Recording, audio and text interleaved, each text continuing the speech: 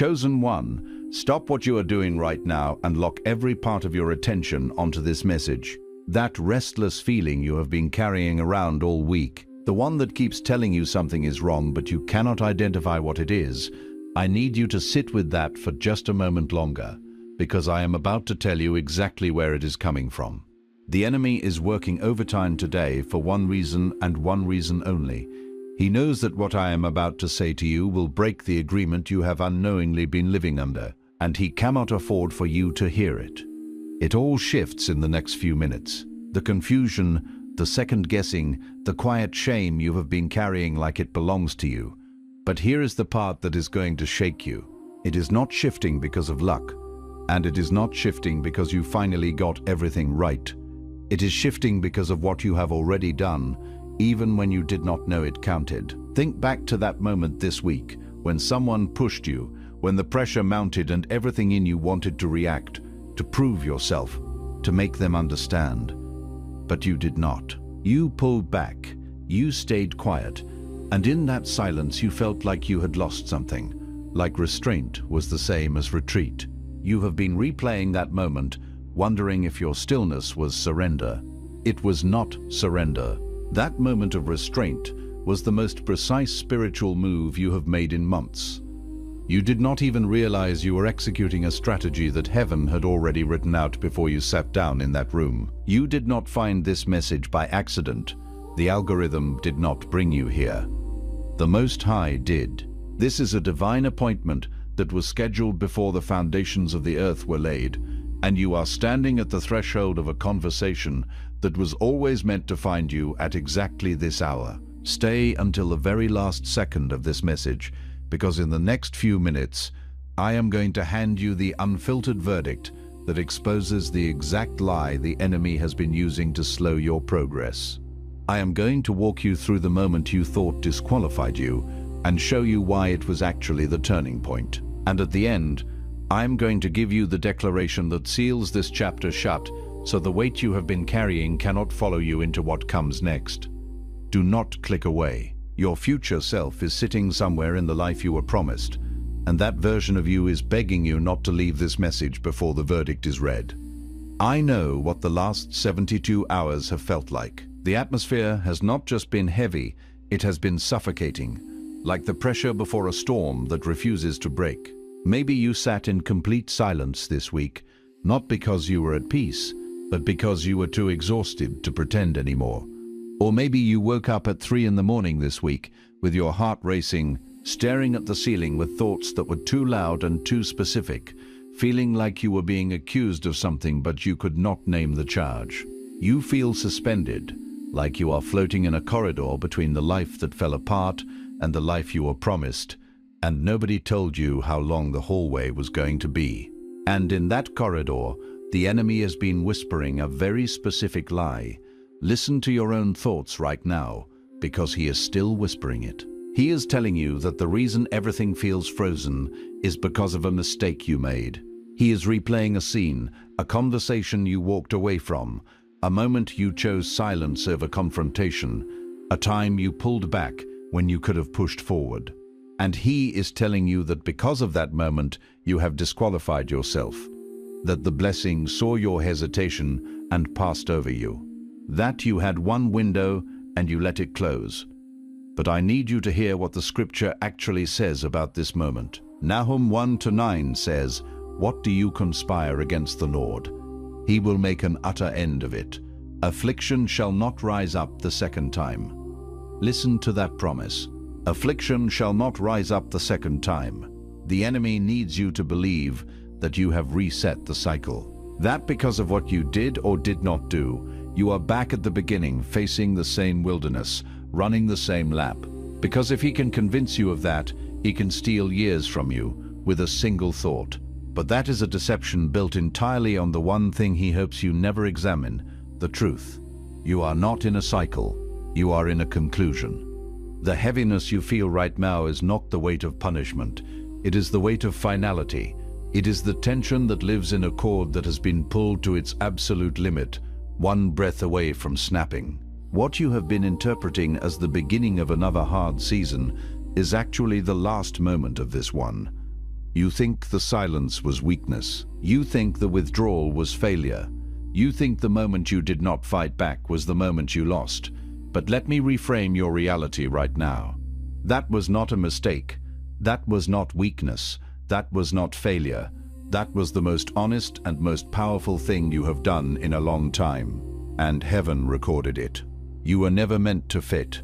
And I think somewhere beneath all the noise, beneath the forced smiles, the explanations you kept giving people who never really asked, beneath the versions of yourself you tried on just to survive the room, you already knew that.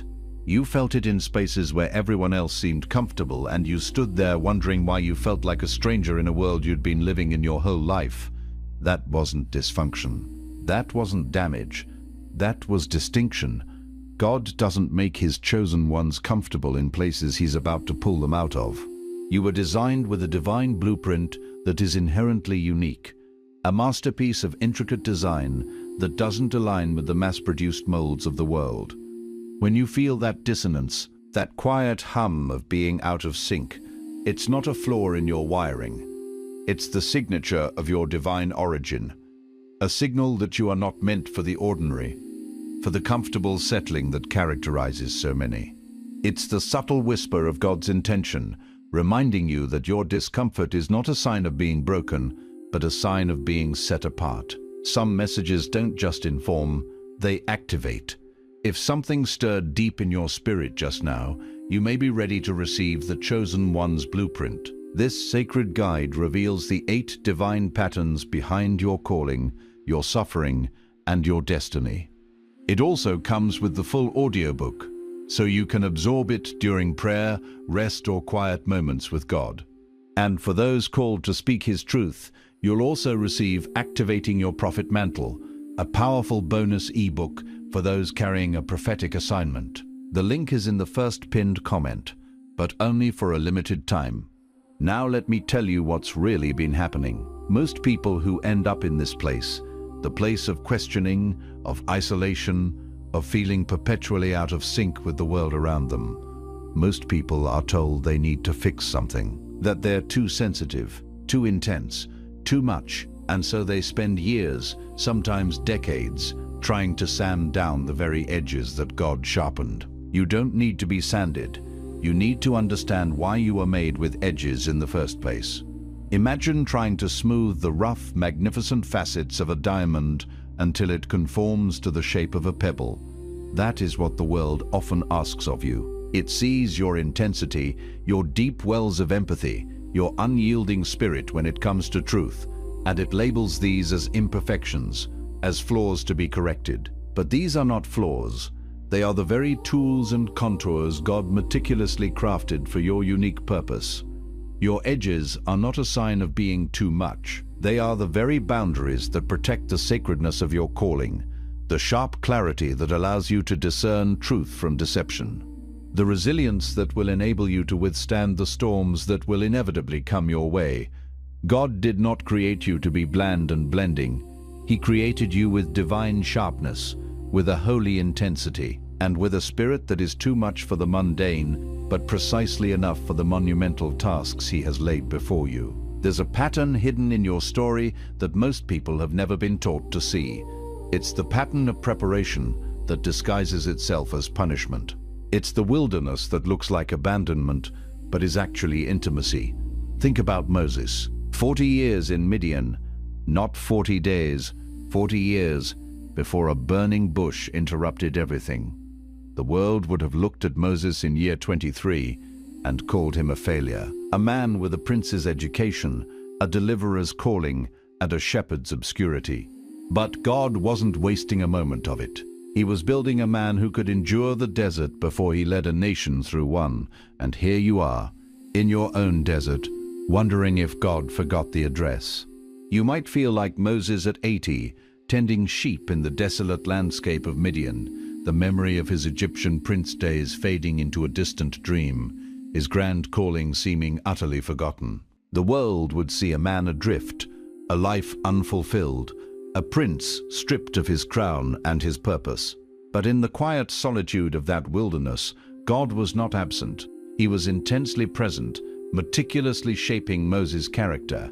Those 40 years were not a punishment for his impetuous attempt at liberation. They were a divine apprenticeship, forging patience in the crucible of obscurity, resilience in the face of relentless heat, and a profound dependence on God that no palace could ever teach.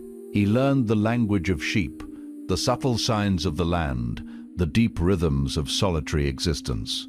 He was learning to lead the lost by first experiencing his own profound solitude, his own desperate need for guidance. And in your own desert season, that place of questioning, of quiet desperation, of feeling utterly alone and forgotten, know this: God is not absent.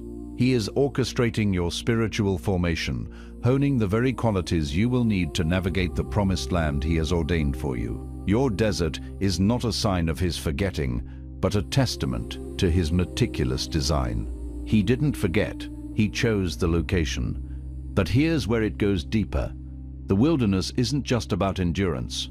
It's about detachment. Something has to die in you before something greater can live through you.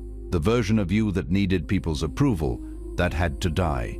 The version of you that measured your worth by what was visible, that had to die. The version of you that called God's silence rejection, that interpretation had to be buried so the real understanding could rise. And that process is painful in a way that nothing in the natural world prepares you for, because you can't explain it to people who haven't lived it. You can't make someone understand the breaking who has never needed to be rebuilt from the inside out. This shedding of layers, this profound unlearning, is the heart of spiritual transformation. It's like an old skin, once essential for protection, now too tight and restrictive, needing to be sloughed off so that the new, vibrant life beneath can emerge. The desperate clinging to external validation, the frantic need to prove your worth through achievements or possessions, the misinterpretation of God's quietude as abandonment, these must be willingly surrendered. This process is not a gentle pruning. It is often a profound unearthing, a radical dismantling of the old architecture of the self. It's a spiritual surgery performed with divine precision, where the instruments are often pain and bewilderment. You cannot articulate the depth of this breaking to those who have only known the comfort of the familiar, just as you cannot describe the taste of exotic fruit to someone who has only ever eaten apples. It is a journey into the unseen architecture of the soul, a place where the very foundations of your identity are re-examined and relaid by the master builder. And this leads us to something most people miss entirely. The reason your breaking felt so personal, so targeted, is because it was. Not targeted by the enemy, though he tried to use it. Targeted by God. Chosen ones don't get generic preparation. They get custom-designed crucibles. Your specific heartbreak, your specific betrayal, your specific season of invisibility. None of that was random. It was surgical. God was removing things from you that would have destroyed you at the level He's taking you to. The attachments that felt like love but were actually anchors. The relationships that felt like community but were actually ceilings. The identities that felt like you but were actually costumes worn so long you forgot they weren't skin. Think of a master sculptor working on a magnificent statue. They don't chip away randomly.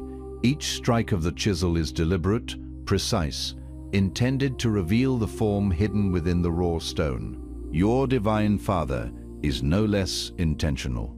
He sees the magnificent, world-changing destiny woven into the fabric of your being, and He knows precisely what needs to be removed, refined, or reshaped to bring that destiny to fruition. Those painful experiences, those deep wounds, those stretches of feeling unseen, they were not arbitrary blows from an indifferent universe, or even malicious attacks from an enemy seeking your downfall. They were precise interventions, surgical removals of hindrances you couldn't see, attachments that would have dragged you down instead of lifting you up, relationships that stifled your growth rather than fostering it, and false selves that prevented your true essence from shining through. God's work in you is not a broad brushstroke. It is a masterpiece of intimate, targeted intervention, designed for the grand scale of His purposes. Coming up, There's a hidden agreement you've been carrying that has been quietly undermining every breakthrough you've stepped toward. Stay with me, because once you see it, you cannot unsee it. But before we get there, you need to understand what's been happening in the spirit during this season that felt like silence. Because heaven was never quiet. You just couldn't hear the frequency. When Elijah collapsed under the juniper tree and said he'd had enough, when he lay down in his exhaustion and his despair, God didn't send a sermon. He sent an angel with bread and water, twice. Because before God speaks the next assignment, He restores the body that will carry it. Your fatigue is not a sign of failure. It's a sign that you've been in real battle. And sometimes, the most spiritual thing you can do is rest in the knowledge that God tends to the ones He's about to send. Consider the weary soldier collapsing on the battlefield after a grueling skirmish. The commander does not immediately issue new orders. First, the soldier is given water, sustenance, and a moment to recover. So it is with God. Your exhaustion, your moments of profound weariness, are not indications that you are falling behind or failing in your spiritual warfare. They are evidence that you have been actively engaged in the conflict, that you have been pushing back against darkness. And in those moments of deepest depletion, God's response is not condemnation, but tender restoration.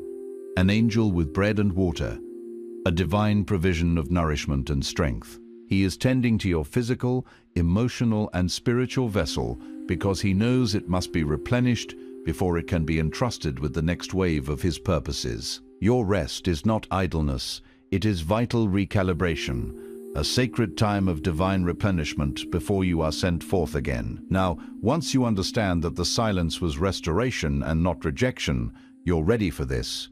There is a war over your voice specifically, not just your life in general, your voice. The enemy doesn't attack people who have nothing to say. He attacks the ones whose words carry the power to wake people up, shift atmospheres, break generational patterns, and call things that are not as though they are. If you have been silenced by circumstances, by people, by your own fear, that silencing was strategic, because a chosen one who discovers the authority in their voice becomes impossible to stop. And something has been working very hard to make sure you never find out just how dangerous your obedience truly is. Your voice is not merely a tool for communication. It is an extension of God's creative power, a conduit through which His will is made manifest on earth. When you speak His truth, when you declare His promises, when you even simply speak from a place of divinely inspired conviction, you are wielding a power that can shatter chains, dismantle strongholds, and bring life where there was barrenness. This is why the enemy so fiercely targets the voices of the chosen. He knows that a word spoken in divine alignment can undo years of his destructive work. If you have found yourself muted, your words caught in your throat, your pronouncement stifled, understand that this silencing was not an accident. It was a calculated attempt to disarm you, to keep you from accessing the immense authority God has placed within your vocal cords. Your obedience, expressed through your voice, is a potent force, and your enemy fears its disruptive potential. And what's coming next will likely surprise you. It always does. Because here's the thing about authority. You've been waiting for permission that has already been granted. You've been looking for a sign that has already been given. You've been asking God to open a door, and standing in front of a door that has been open since the moment He called you, but you have been staring at the door so long you stopped seeing the open. Fear does that. Fear dresses itself in discernment. Fear sounds like wisdom. It says, wait a little longer. You're not ready. What if it doesn't work? What will people say? And because it sounds reasonable, you call it patience. But patience and paralysis are not the same thing. Patience trusts and moves. Paralysis waits and hides. You have been like a thirsty traveler, standing at a pristine well, convinced it is sealed shut because you haven't heard the sound of the bucket being drawn. The permission, the signs, the open doors, they are not future events to be acquired. They are present realities already established by your calling. Your authority isn't something you earn or receive. It is something you embody. something that has been inherent in your designation since the dawn of time. But fear, that insidious counterfeiter, can masquerade as prudence. It whispers caution, cloaked in the language of wisdom and discernment, urging you to remain in a state of perpetual readiness, of almost there. It freezes you at the threshold, making you mistake inaction for divine timing. True patience, however, is an active faith, a confident movement forward in the knowledge of God's already established promises. Paralysis, on the other hand, is a passive surrender to the illusion of limitation, a self-imposed confinement that prevents you from stepping through the very gates that stand ajar. Think of Esther. She had access to the king. She had the position, the proximity, and the moment. And yet she hesitated, not because she lacked courage, but because the cost was real and visible. It was Mordecai's confrontation that cut through it. Who knows whether you have not come to the kingdom for such a time as this? That question didn't give Esther new information. It gave her permission to act on what she already knew. You don't need more confirmation. You need the courage to honor what has already been confirmed. Esther stood on the precipice of history, holding the fate of her people in her hands, privy to the king's ear, yet frozen by the immense danger. Her hesitation was not cowardice, but a profound awareness of the stakes involved. Mordecai's words were not a revelation of a new destiny, but a powerful echo of the truth she already carried within her soul. He didn't present her with new data. He confronted her with the inherent significance of her current position, compelling her to acknowledge the divine orchestration of her life. He awakened her to the fact that her access, her placement, her very presence in the palace was not accidental, but a divine appointment for precisely that critical juncture. You too possess this inherent knowledge. You have felt the stirrings, seen the signs, received the quiet confirmations.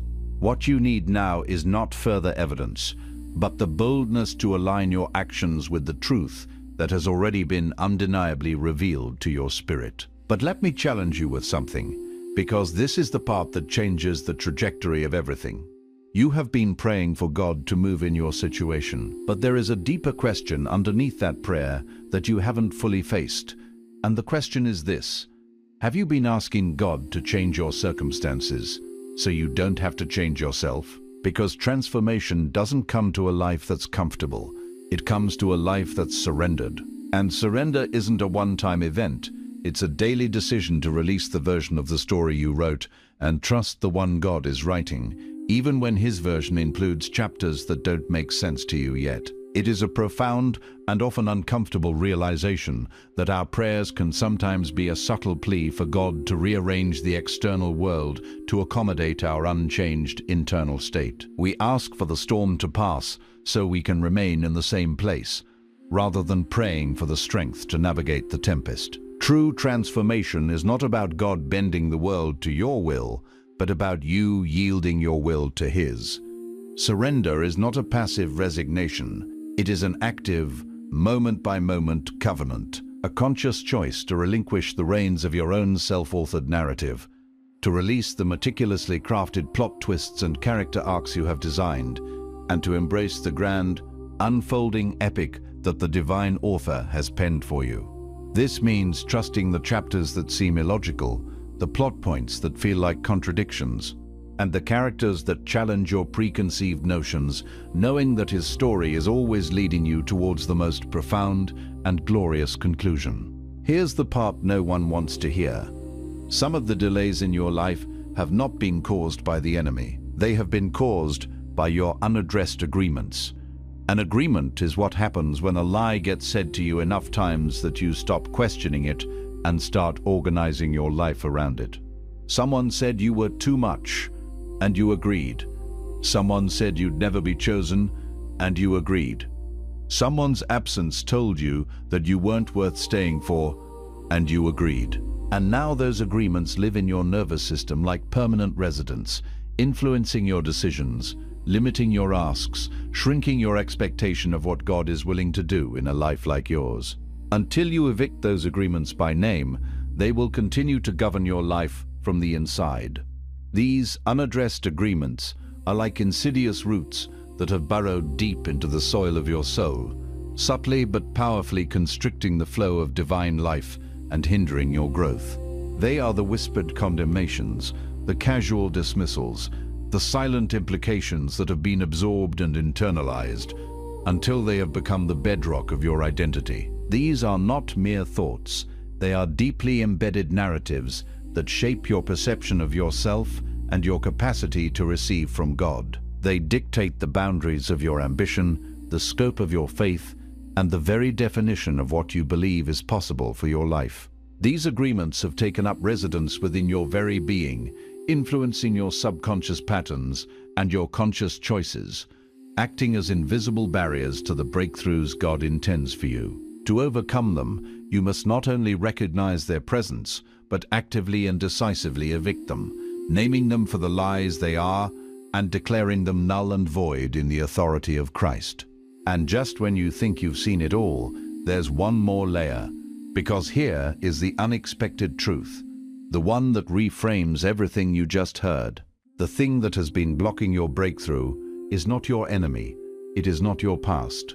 It is not even the agreements, as real as they are. The deepest blocker is this: you have been more committed to understanding your calling than to walking in it.